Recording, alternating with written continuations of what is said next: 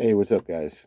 Um, hey, so this is really important and about it, me being transparent and my whole journey and me getting here and all you guys helping me out. I've got to tell you this. So a few weeks ago, um, has it been a few? Yeah, it's been probably 2 weeks. I got to tell you this. So there's a lady down in Oxnard, and when I was down there, whether it be me volunteering in terms of the mission and just helping out and do what I can. There was a lady when I was there I was there, what, 5 months down there in Oxnard before I came up here. And um, her name's Laura Lee, and she's in her late 50s. And her and I, like, we became famous friends. Her and I, um, if people, they were wondering where Nathan was, they'd ask her. If they were wondering where she was, they'd ask me.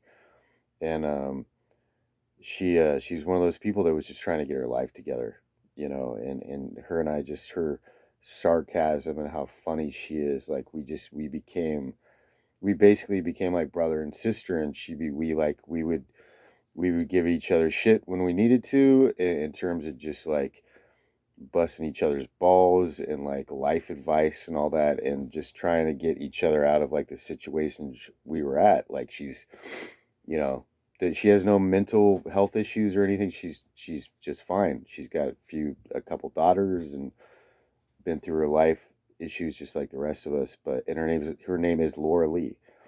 Um, she called me a few weeks ago when I got up here, because I didn't get to see her before I came up here. You know, I went to the mission, and it's a Christian mission. I talked to the guy who runs it. And I even have a YouTube video like talking to him. He's a great guy, but I didn't get to see her.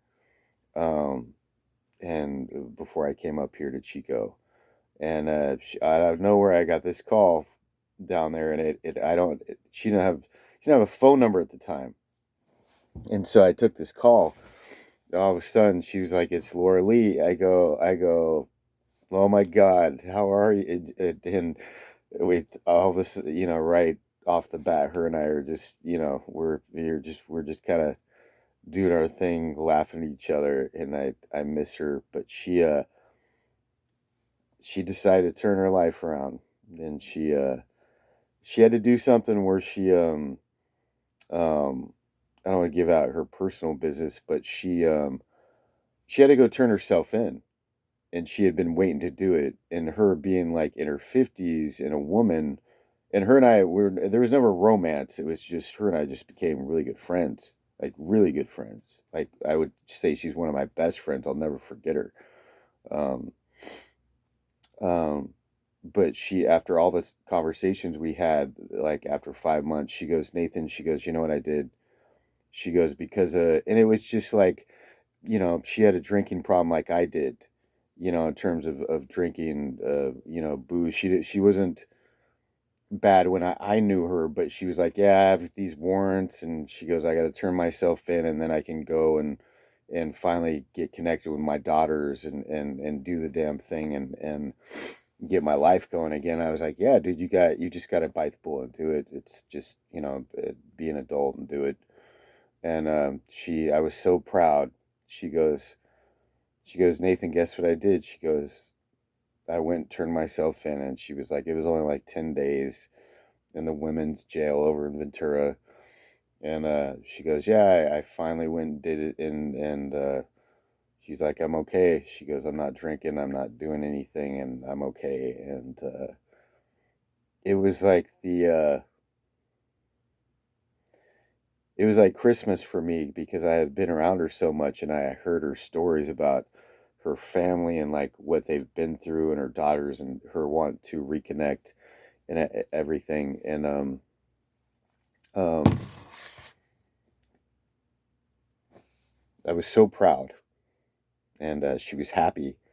I could tell it was like the happiest I've ever heard her. She was happy, and such a nice lady, and she gave me a lot of advice, good advice, and even about reconnecting with my parents, and like how I should handle that, or what I should do. Like she's just, yeah, I was very proud, and she's starting to take the steps to get back connected with her family, you know, and yeah, and she kind of told me, she was like, you don't know the effect you had on our lives over here down here. Like she goes, you just. I go, hey man, I'm one of you. Like I just wanted to give back. And she's on her way, you know, and she's hopefully she meets hopefully I think maybe her daughters have kids by now, but she's just trying to get connected, but she's she's on her way back to her home and getting back to her family, and I was so proud, you know, that I